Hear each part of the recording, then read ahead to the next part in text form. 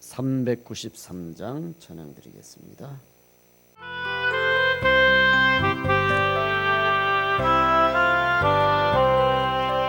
오 신실하신 주 내 아버지여, 대신이 두려움 없네.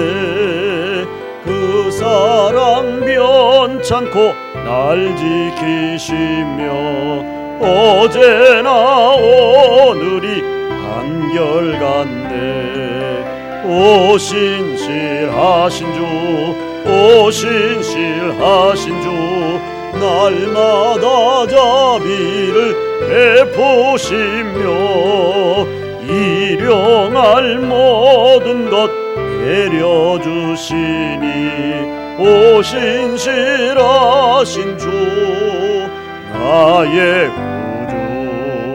봄철과 또 여름, 가을과 겨울, 해와 달 별들도 다 주의 것. 만물이 주 영광 드러내도다. 신실한 주 사랑 나타내. 아멘. 오 신실하신 주, 오 신실하신 주, 날마다 자비를 베푸시며 일용할 모든 것 내려주시니. 오 신실하신 주, 나의 구주. 내 죄를 사하여 안위하시고 주 친히 오셔서 인도하네. 오늘의 힘되고 내일의 소망, 주만이 만복을 내리시네. 오 신실하신 주, 오 신실하신 주, 날마다 자비를 베푸시며 일용할 모든 것 내려주시니. 오 신실하신 주, 나의 구주. 아멘. 감사합니다. 성경 말씀은 요한복음 21장 1절에서 11절입니다. 신약성경 184페이지. 그 후에 예수께서 디베랴 호수에서 또 제자들에게 자기를 나타내셨으니 나타내신 일은 이러하니라. 시몬 베드로와 디두모라 하는 도마와 갈릴리 가나 사람 나다나엘과 세베대의 아들들과 또 다른 제자 둘이 함께 있더니 시몬 베드로가 나는 물고기 잡으러 가노라 하니 그들이 우리도 함께 가겠다 하고 나가서 배에 올랐으나 그날 밤에 아무것도 잡지 못하였더니 날이 새어갈 때에 예수께서 바닷가에 서셨으나 제자들이 예수이신 줄 알지 못하는지라. 예수께서 이르시되 얘들아 너희에게 고기가 있느냐 대답하되 없나이다. 이르시되 그물을 배 오른편에 던지라 그리하면 잡으리라 하시니 이에 던졌더니 물고기가 많아 그물을 들 수 없더라. 예수께서 사랑하시는 그 제자가 베드로에게 이르되 주님이시라 하니 시몬 베드로가 벗고 있다가 주님이라 하는 말을 듣고 겉옷을 두른 후에 바다로 뛰어내리더라.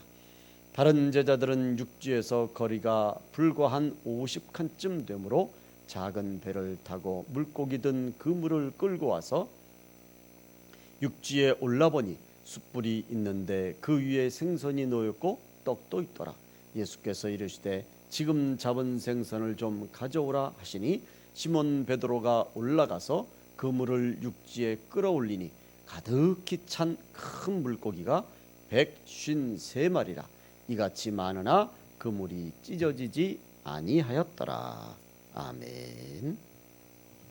153의 축복이라는 제목으로 함께 은혜를 나누겠습니다.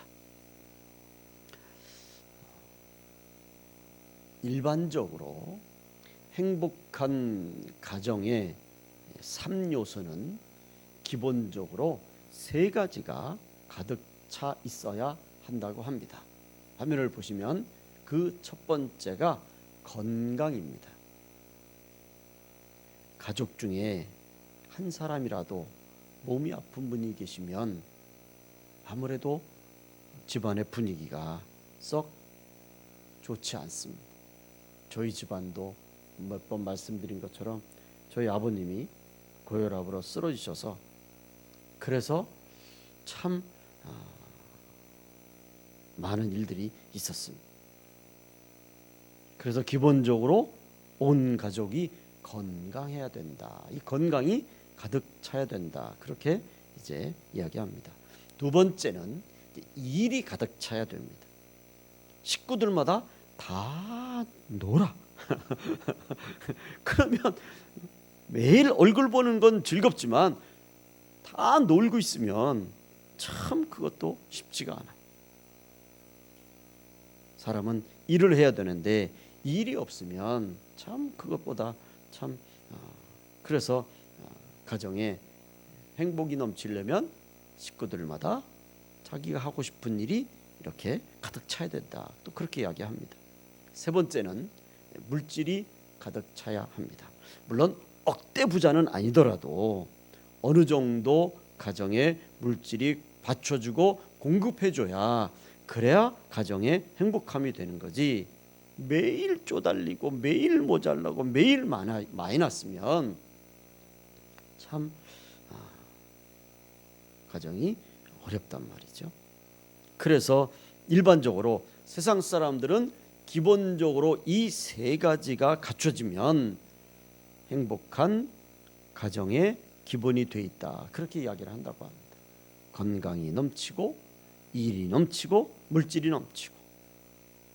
그런데 특별히 우리 하나님의 자녀들의 가정에는 여기에 한 가지가 더 가득 차야 되는 줄로 믿습니다. 그것이 바로 네 번째인 성령 충만한 하나님의 은혜가 가득 차야 될 줄로 믿습니다.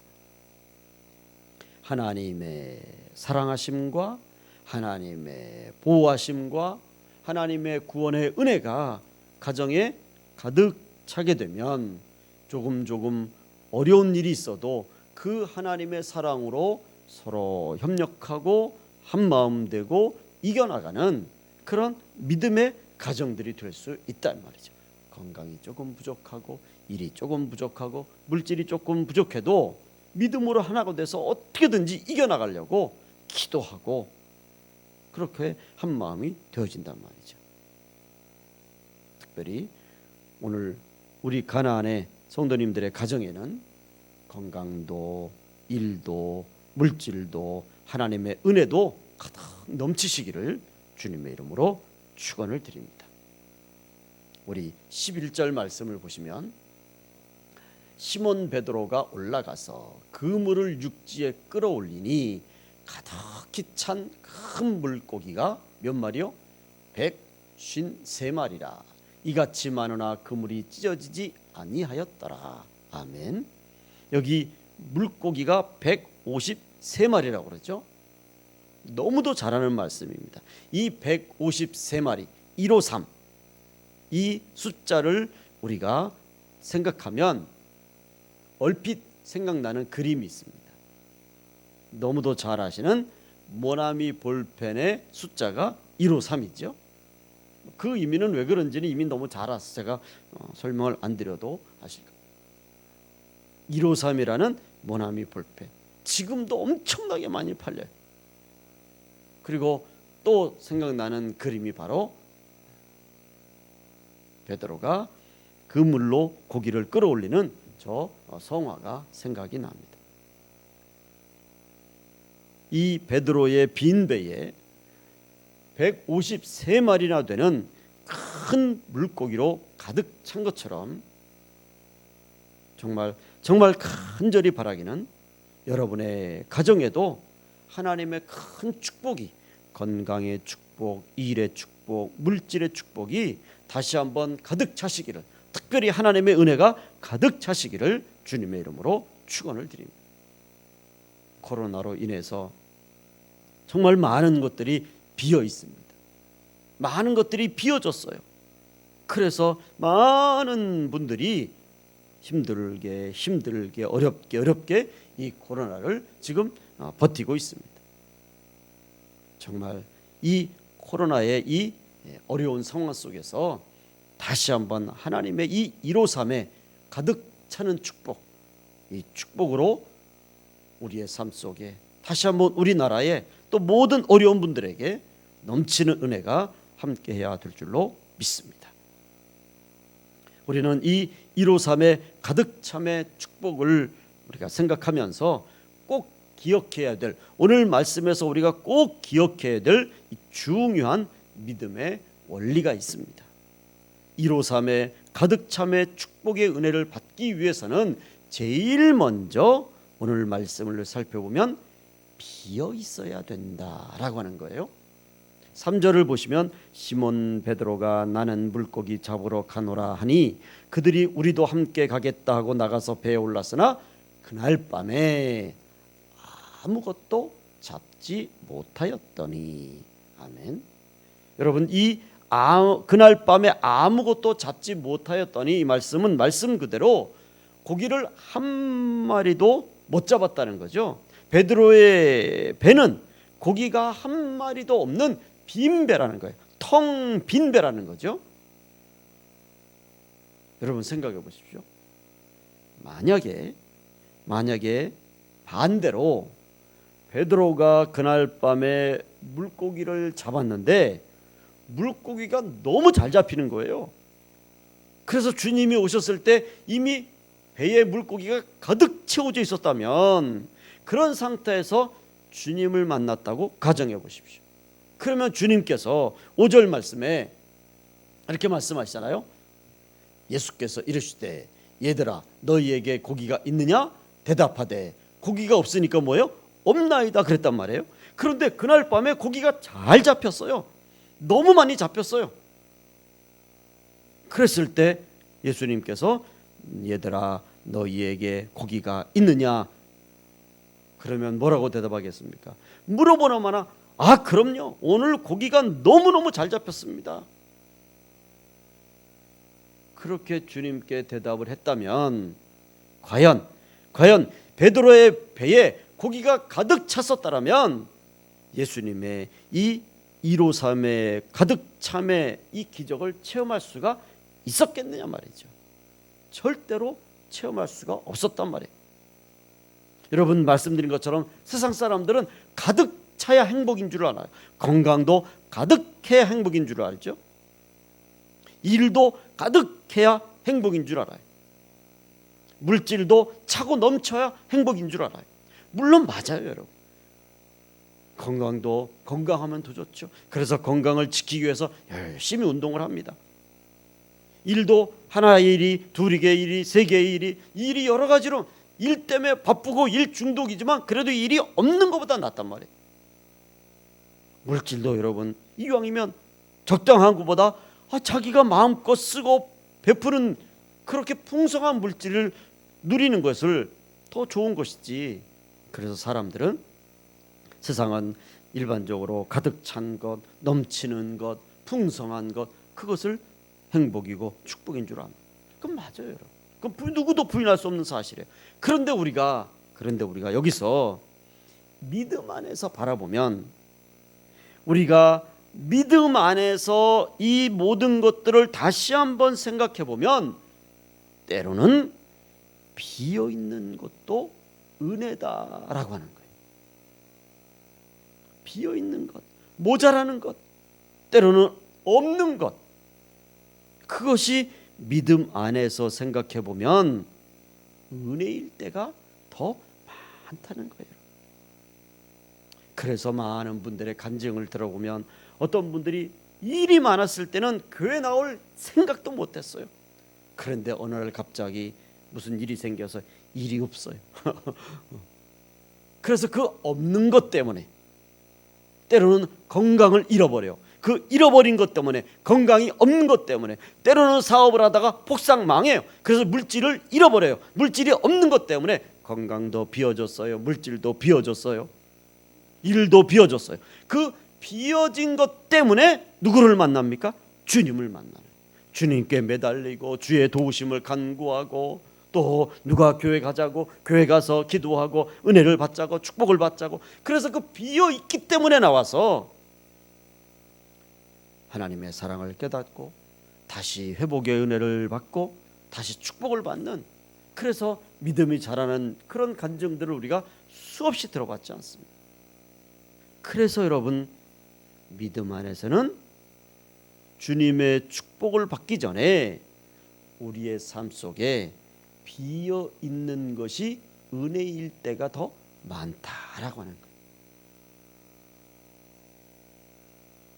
그래서 여러분, 우리는 믿음 안에서 우리에게 무엇인가 모자라고 부족하고 또 다른 사람보다 내가 없다고 생각할 때 오히려 그것을 가지고 고민하고 근심하고 나는 왜 이럴까, 그런 안타까운 어떤 그런 생각도 가져야 되지만, 때로는 이것으로 인해서 내가 주님을 더 찾고 주의 은혜를 더 받을 수 있고 주님 앞에 더 가까이 나갈 수 있다고 하는 믿음의 기회로 삼으면 그것이 오히려 더 큰 축복의 기회가 되는 줄로 믿습니다.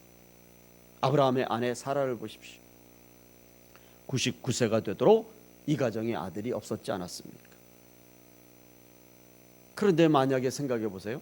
아브라함과 또 그의 아내 사라가 결혼을 했어요.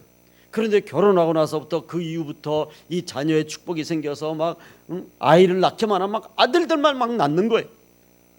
그래서 아들들을 많이 낳아가지고 그 아들들이 가지 많은 나무에 바람 잘 날았다고 맨날 모여서 쌈박질이나 하고 사고라치러 다니고, 그런데 하나님이 어느 날 아브라함에게, 아브라함아, 지금까지 낳은 아들들은 다 진짜가 아니고 그리고 아들을 또 주겠다고 생각해 보세요. 그러면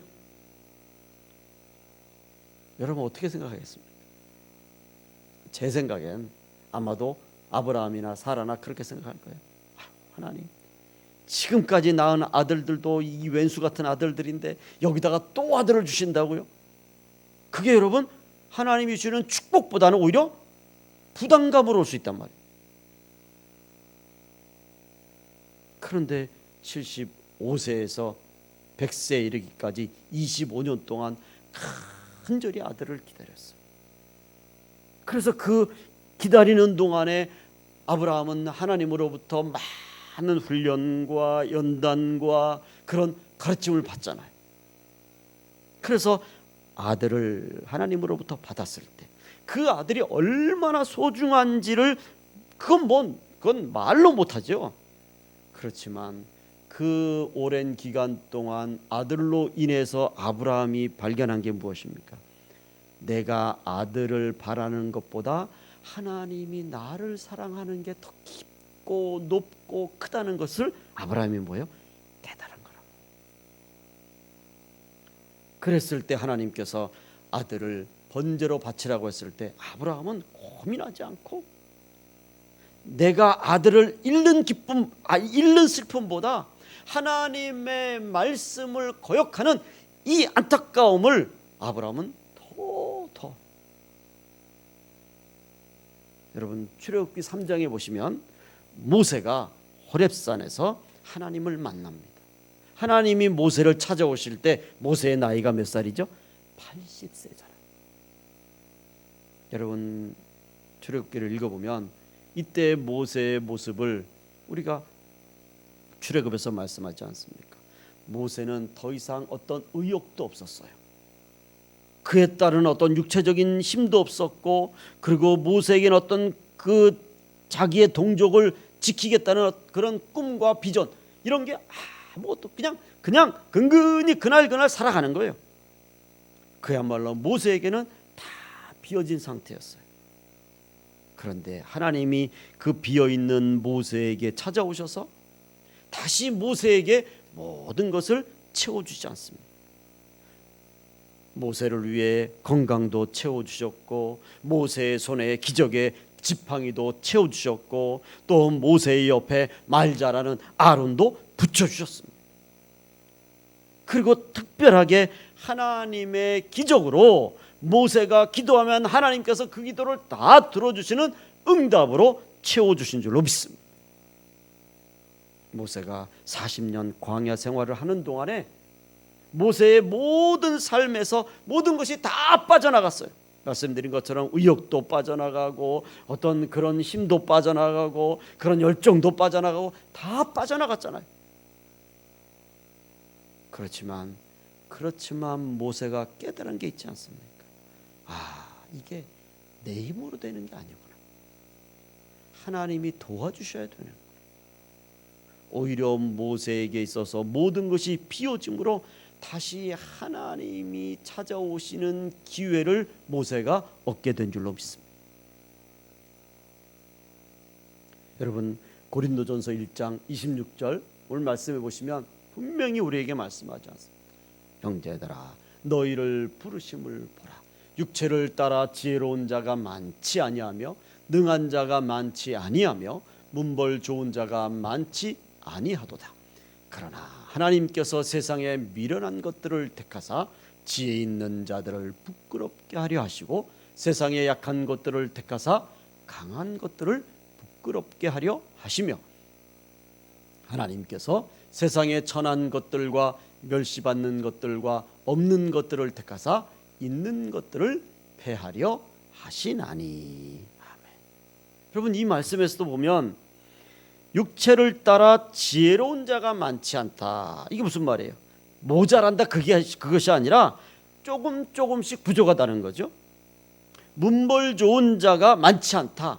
다 학식이 없다는 얘기가 아니라 조금씩 부족하다는 거예요. 그러니까 부족한 것, 비어있는 것을 지금 말씀하셔요. 그럼에도 불구하고 하나님은 그 비어있는 것을 통해서 비어있는 사람, 비어있는 어떤 물건, 비어있는 어떤 장소, 그런 어떤 비어있는 것들을 통해서 하나님은 오히려 더 강한 것들을 부끄럽게 하시고 오히려 더 힘 있는 것들을 부끄럽게 하시는 그런 하나님이시다라고 우리에게 말씀하지 않습니다. 여러분, 코로나로 인해서 정말 많은 것이 비어졌습니다. 마치 베드로의 빈배처럼 비어진 것이 너무도 많아요. 그렇지만 여러분, 코로나로 인해서 비어졌지만 그러나 이 비어있는 기회를 통해서 다시 한번 우리는 하나님의 축복으로 가득 차는 그런 기적을 맛볼 수 있는 그런 은혜의 순간들이 되는 줄로 믿습니다. 여러분, 주님께서 우리가 이렇게 비어있을 때 채워주시는 이유가 무엇일까요? 고린도전서 1장 29절에 우리에게 이렇게 말씀합니다.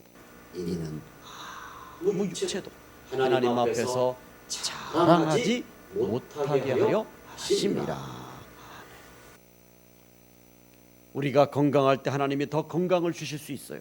우리에게 물질이 풍성할 때 하나님이 더 물질을 풍성하게 주실 수 있어요. 우리에게 일이 많을 때 하나님이 일을 더 풍성하게 주실 수 있어요. 그런데 하나님께서 오늘 베드로의 빈배에 찾아오셔서 그 빈배를 통해서 하나님은 풍성하게 채워주신 이유가 무엇입니까? 교만하지 말라, 자랑하지 말라. 하나님 앞에서 겸손하기 위해서. 그래서 하나님께서 우리의 빈배를 채워주신다 말씀. 그렇기 때문에 여러분, 죄를 비우려면 우리가 회개해야 되지 않습니까? 그러면 하나님의 은혜가 가득 차는 줄로 믿습니다. 우리에게 욕심을 비우고 감사가 넘치면 하나님의 응답의 기쁨이 가득 차는 줄로 믿습니다. 우리가 교만을 내려놓고 겸손의 자리로 내려가면 하나님이 우리를 존귀한 자리로 높여주실 줄로 믿습니다. 코로나 때문에 일반적인 것뿐만 아니라 교회도 많은 것이 비어졌습니다. 그렇지만 저는 감히 이렇게 말씀을 드립니다. 이번 기회에 그동안의 잘못된 것을 회개하고 우리가 다시 말씀으로 돌아가서 더 겸손히 하나님 말씀에 순종하는 삶을 산다면 바로 이 하나님의 기적이 비어있는 우리 교회와 우리 성도님들의 가정에 153의 가득 참의 기적으로 함께 하실 줄로 믿습니다. 그래서 여러분, 우리가 이 코로나로 인해서, 아니 코로나 이전의 모든 일들로 인해서 우리는 다시 한번 하나님 앞에서 겸손히 우리 자신을 낮추고 하나님 앞에 교만하는 것이 있다면 그 교만의 자리에서 내려와서 더 하나님의 은혜를 간구하면 하나님이 오늘 우리의 이 빈자리, 빈마음, 빈 은혜의 이 모든 것들을 하나님이 채워주실 줄로 믿습니다. 그래서 여러분, 저는 이렇게 말씀드립니다. 이제 우리는 채움을 받을 일만 남은 줄로 믿습니다. 어떻게 보면 자기 합리화하고 합당한지 모르지만 또 어떻게 보면 부끄러운 고백일 수 있어요. 그렇지만 여러분, 우리가 다시 한번 힘을 내서 하나님, 이렇게 우리 교회와 우리의 삶에 이렇게 빈자리가 있습니다. 우리가 다시 하나님의 도우심을 간구하면 하나님께서 오늘 우리의 이 빈자리를 가득 채워주실 줄로 믿습니다. 여러분, 사도 바울이 고린도전서 15장 31절에 이렇게 고백합니다. 형제들아, 내가 그리스도 예수 우리 주 안에서 가진 바 너희에 대한 나의 자랑을 두고 단언하노니 나는 날마다 죽노라. 아멘. 바울이 날마다 죽는다고 그랬어요. 그것을 바울은 자랑스럽게 여겼어요. 날마다 죽는 게 뭐가 그렇게 자랑스럽습니까? 근데 저는 이 바울의 날마다 죽는다 이 말을 이렇게 생각을 합니다. 바울이 날마다 죽는다 이렇게 고백한 것은 날마다 자기를 비운다 이렇게 생각합니다. 바울은 하나님으로부터 큰 은혜를 받았습니다. 큰 기적을 하나님께서 베풀어 주셨습니다. 그렇지만 바울은 선줄로 생각하느냐, 넘어질까 조심하라. 그래서 늘 자신이 교만하지 않도록, 거만하지 않도록 하나님 앞에서 늘 자신을 비우는 거예요. 늘 자신을 비우고 또 비우고 비우고 또 비워서 날마다 성령의 충만한 하나님의 은혜로 채운다는 거죠. 그래서 바울은 날마다 믿음으로 나아가는 하나님의 귀한 사도가 된 줄로 믿습니다. 우리가 흔히 쓰는 말로 위기는 곧 기회다라고 하지 않습니까? 오늘 베드로가 밤이 맞도록 고기를 못 잡았습니다. 어떻게 보면 베드로의 그 배는 말씀드린 것처럼 빈 배고 또 아무것도 할 수 없는 그런 무능력한 배일 수 있습니다. 그렇지만 그 배가 비어 있었기 때문에 베드로의 그 빈 배에 우리 주님의 153의 가득 참의 기적이 나타난 줄로 믿습니다. 오늘 우리 교회도 마찬가지고 우리의 삶에도 마찬가지고 우리가 이 비어있는 이것으로 인해서 우리는 좌절하고 낙심하고 실망스러울 것이 아니라 오히려 하나님의 153의 가득 참의 기적을 체험할 수 있는 그런 기회로 우리가 반드시 기적의 축복을 맛봐야 될 줄로 믿습니다. 두 번째로 153의 가득 참의 축복의 은혜는 순종을 통해서 일어났다라는 거예요. 4절 말씀해 보시면 날이 새어갈 때에 예수께서 바닷가에 서셨으나 제자들이 예수이신 줄을 알지 못하는지라. 이 말은 베드로가 처음에는 예수님인 줄을 모른 거예요. 베드로가 예수님을 알게 된 것은 고기를 다 잡고 난 이후에 다른 사람이 말을 해줘서 베드로가 예수님이신 줄 안 거예요. 부활하신 주님이 오셨다는 걸 알게 된 거죠. 그게 7절에 나와 있지 않습니까? 7절에 보시면 다음 예수께서 사랑하시는 그 제자가 베드로에게 이르되 주님이시라 하니 시몬 베드로가 벗고 있다가 주님이라 하는 말을 듣고 겉옷을 두른 후에 바다로 뛰어내리더라. 아멘. 여러분 생각해 보십시오. 베드로는 부활하신 주님인지를 모르는 거예요. 그런데 그 주님께서 베드로에게 배 오른편에 그물을 던지라고 말씀합니다.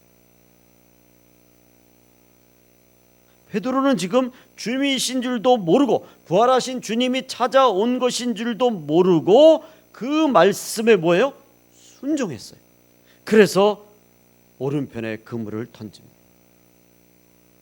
그랬더니 그 밤새도록 한 마리도 잡히지 않던 그 그물에 물고기가 몇 마리가 잡혀요? 153마리나 되는 큰 물고기들이 가득 잡힌 줄로 믿습니다. 5절 말씀해 보시면 예수께서 이르시되 얘들아 너희에게 고기가 있느냐 대답하되 없나이다.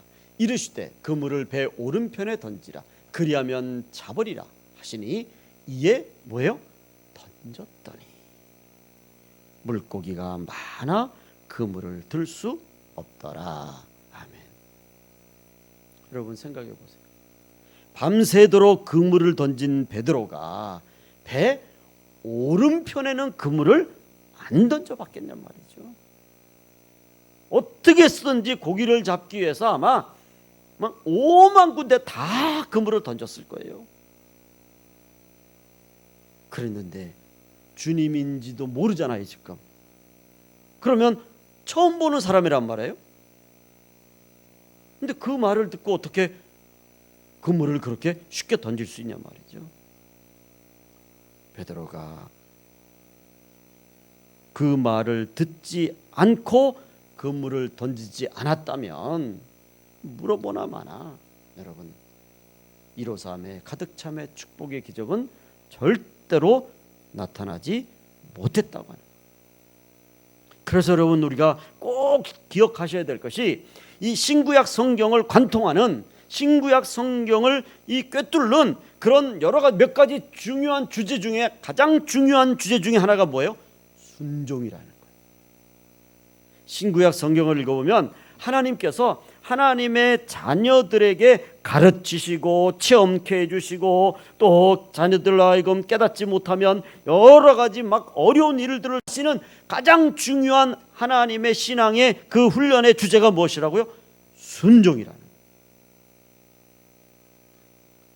하나님이 아담 하와 이후부터 지금까지 하나님의 말씀인 성경을 통해서 우리에게 강조하는 것, 순종하고 또 순종하고 순종하고 또 순종하는 자에게 축복하신다는 거예요.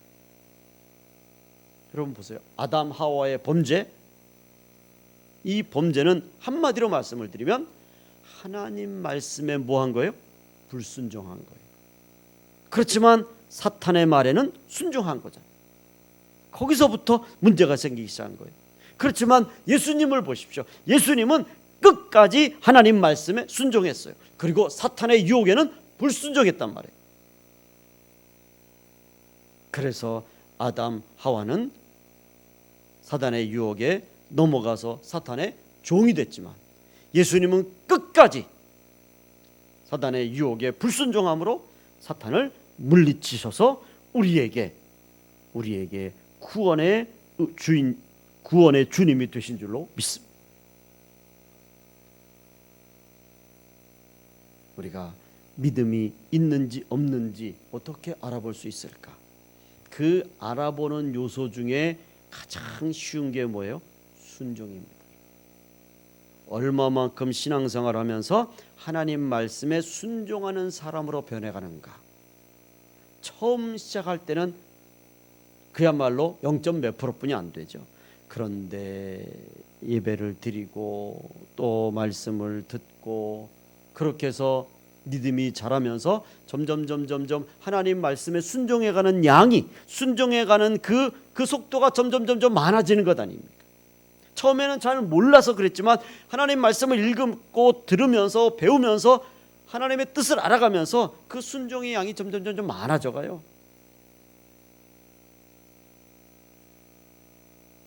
그래서 우리 아이들을 보십시오. 어렸을 때는 부모님의 말에 순종을 거의 다 합니다. 그런데 이제 조금 머리가 크면서부터 순종의 양이 줄어들어요. 그러다가 언제 또 철들면 그때 가서 또 부모님 말에 또 순종하려고. 그래서 많은 분들이 이렇게 말하지 않습니까?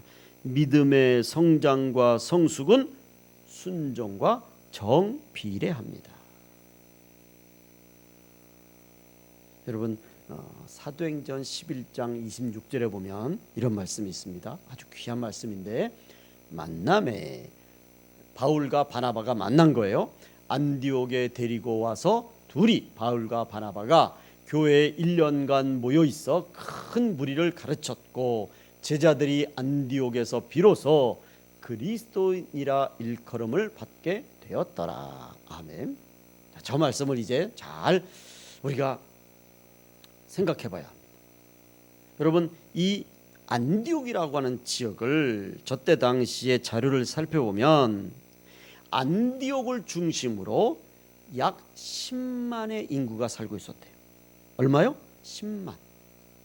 우리 서구가 20만이 좀 넘는다고 하니까 그야말로 많은 인구가 산 거예요. 안디옥이라는 자그마한 도시에. 그런데 이 안디옥에서 10만 정도의 그 주변까지 합쳐서 인구가 살고 있었는데, 그 인구들을 조사를 해보니까 그냥 안디옥 사람들만 산 것이 아니라 그 안에는 프리기아인, 갈라티아인, 그리스인, 유대인, 그리고 로마군에서 만기 전역한 제대군인 등 그냥 요즘 말로 하면 미국같이 호남민족이에요. 자료를 조사해 보니까 이 안디옥의 10만 명의 그 민족들이 약 18개 민족들, 17에서 18개의 민족들이 이렇게 모여가지고 안디옥에 살고 있었대요. 그래서 안디옥 교회에 사도행전 13장 1절에 보면 안디옥 교회에 출석한 성도들의 그 단적인 면이 나와요. 그래서 사도행전 13장 1절에 보시면 뭐라고 되어 있냐면, 거기에는 안디옥 교회는 선지자들이 나왔어요. 선지자는 대단한 하나님의 종들 아닙니까? 또 교사도 나왔어요. 하나님의 말씀을 가리키는, 흔히 말해서 바리새인들과 같은 그런 정통 율법자들도 나왔어요. 그리고 니게르 시몬, 흑인도 나왔어요.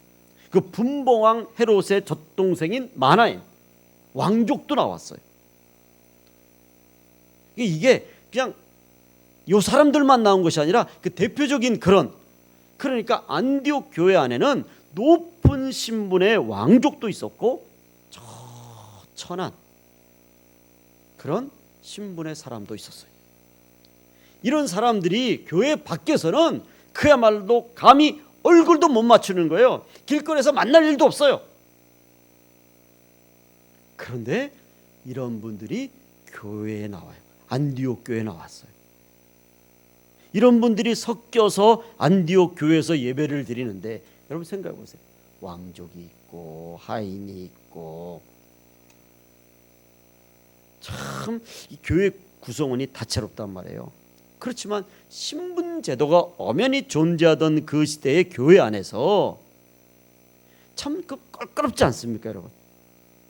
그런데 희한한 것은 이 안디옥 교회에 바울과 바나바가 목회하는 동안에 이런 분들이 교회 안에 나오면 모든 사람들이 하나님 앞에서 다 뭐 하는 거예요? 다 똑같아지는 거예요. 평등해지는 거예요. 그래서 신분을 초월해서 다 교회 안에 나오면 왕족이고 하인이고 다 형제님 자매님이에요. 주인이 나오고 하인이 나오면 주인님, 교회 안에서는 주인님이 아니에요. 다 한 형제, 한 자매, 그리스도 안에서 다 한 식구란 말이에요. 그래서 신분을 초월하고 계급을 초월해가지고 다 평등한 관계가 됐어요. 그리고 그분들이 모여서 바울과 바나바를 이제 선교사로 파송하는데, 그것을 의논하는데도 그 이제 신분 높은 사람 몇 사람만 하는 게 아니라 모두가 모여서 같이 의견을 내고, 왕족이 의견을 내는데 하인이 어떻게 의견을 내는 거예요? 그런데도 다 똑같은 발언권을 가지고 똑같이 의견을 내놔요. 이게 뭐예요? 진정한 작은 민주주의가 안디옥 교회에서 실현되는 거예요. 이건 바깥 세상에서 보면 도대체 이해가 안 되는 거예요. 그리고 서로 섬겨요. 왕이 하인을 섬기고 높은 사람이 낮은 사람을 섬기는 거예요. 서로 존중해주고 서로 배려해주는 거예요.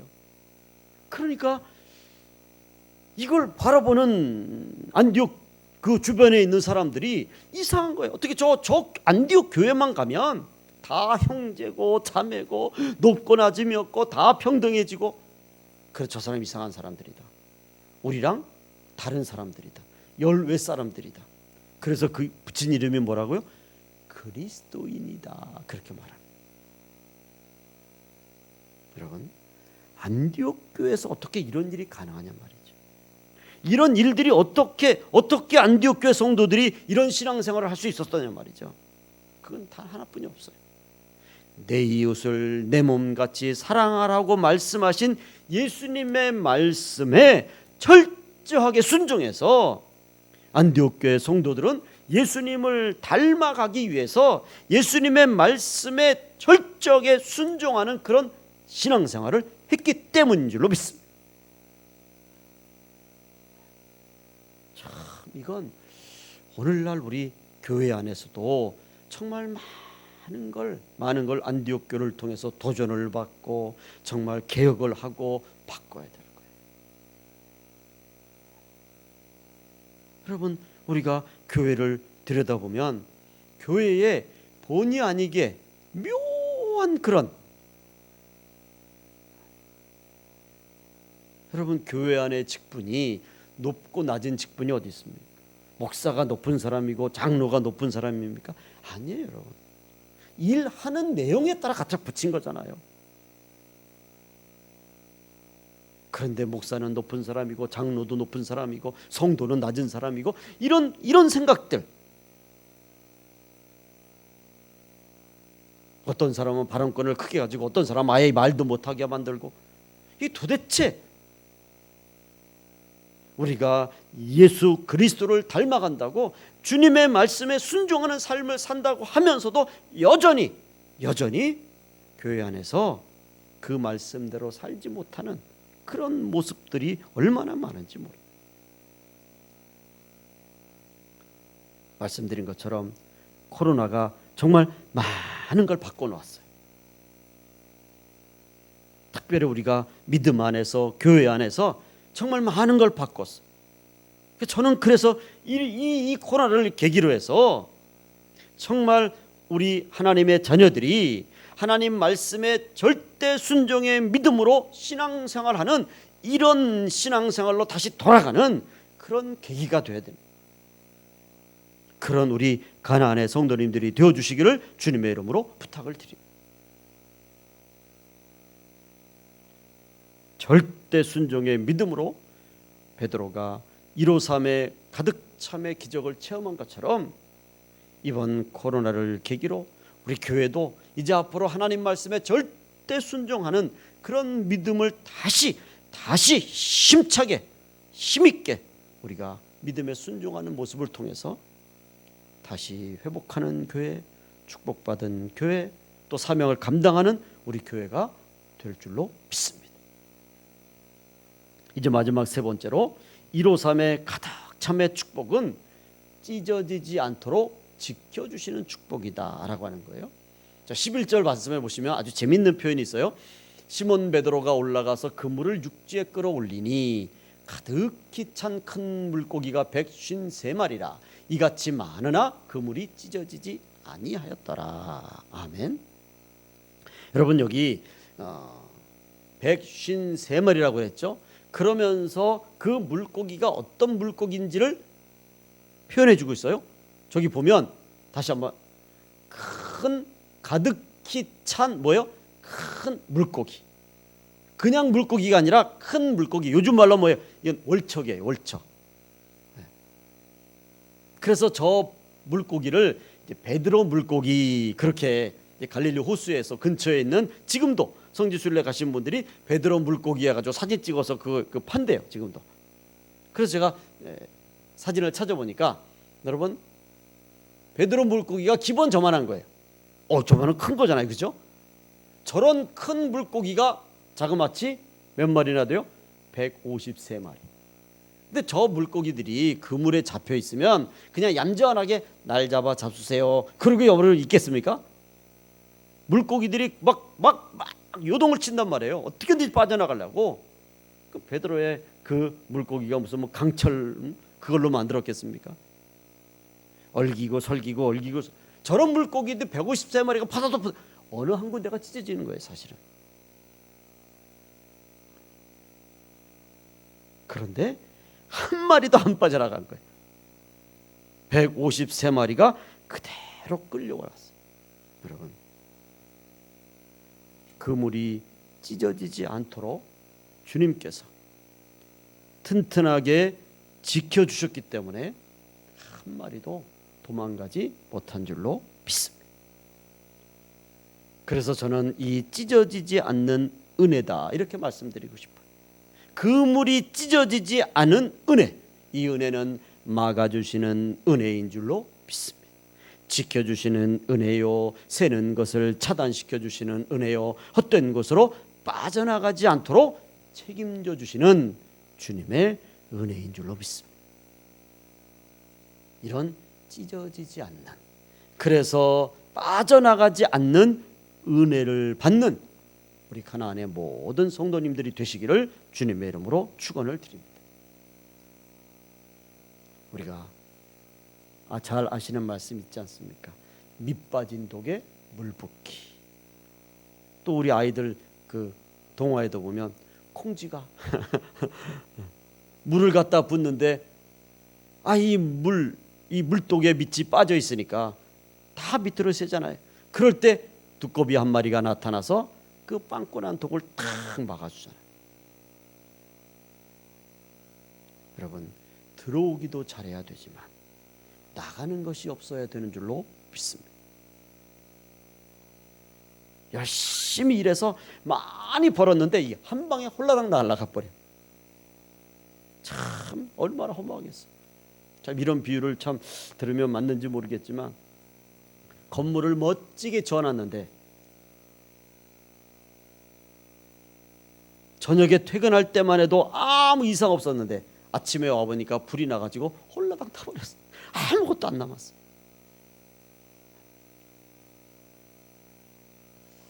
저도 목회를 하면서 정말 우리가 하나님께 받아야 될 축복 중에 정말 중요한 축복이 이 하나님이 지켜주시는 축복, 빠져나가지 않는 축복이다. 이게 너무너무 중요한 거예요.